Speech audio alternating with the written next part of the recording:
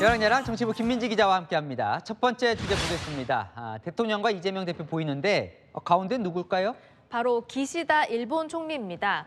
윤 대통령의 회동 제안에 이재명 대표와의 만남이 먼저라면서 거절한 민주당 박광원 원내대표가 오늘 기시다 총리를 언급하면서 영수회담을 또 얘기했습니다. 일각의 우려에도 일본 총리를 만나시는 것처럼 일각의 우려가 있더라도 야당 대표를 만나는 날이 곧 오기를 기대합니다. 그러니까 일본 총리도 만나면서 왜 제1야당 대표는 안 만나느냐 이런 얘기네요. 네, 박 원내대표는요. 한일 정상 외교 결과를 설명하는 자리부터 갖는 것도 이 한 방법이라면서 구체적인 그림까지 제시했는데요. 지난주 미국 국빈 방문 때도 민주당에서 비슷한 이야기가 나왔었죠. 취임 1년이 다 돼가도록 야당 지도부와 단 한 차례의 회담도 갖지 않는 엽기적 독재자이지만 외국 대통령이 시키면 노래 공연까지 바로 예설하는 윤석열 대통령입니다.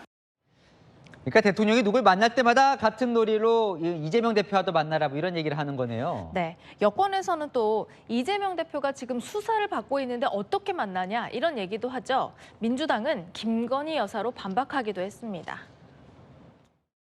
사법 리스크를 따지려면 대통령의 공무 수행 중에 김건희 여사도 동행하면 안 된다는 국민들의 따가운 질책이 들리지 않습니까?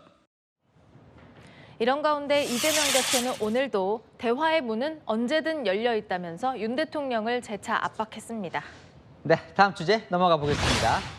자, 국민의힘 김재원 태영호 최고위원 어디서 이번엔 통편집됐을까요? 네, 국민의힘이 윤석열 정부 출범 1주년을 기념해서 연 사진전에서인데요.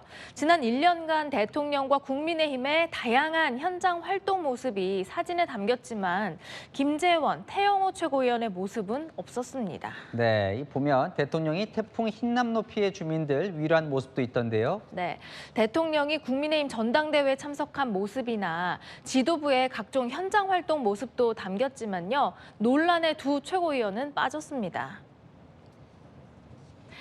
네, 국민의힘은 오늘 최고위 회의도 또 취소했죠. 태영호 최고나 김재원 최고위와 함께 최고위를 하는 모습을 국민들에게 보여주고 싶지 않다는 것이고요. 설명을 했는데 뭘 또 앵무새가. 자, 또 다른 질문 있으신가요? 뭐 얘기할수록 마이너스니까요. 얘기 자체를 피하는 것 같아요. 네, 반면 윤 대통령 띄우기에는 적극적이었습니다. 여러분 기획하실 텐데 여기 마른 하늘에 무지개가 떴습니다. 공정이 세워진 나라를 만들어야겠다. 그런 열망이 윤석열 대통령이 만들어내었는데 하늘께서 응답하시는지 무지개로 우리에게 보여주셨다. 대통령실도 취임 1주년을 맞아 홍보 영상을 공개했는데요.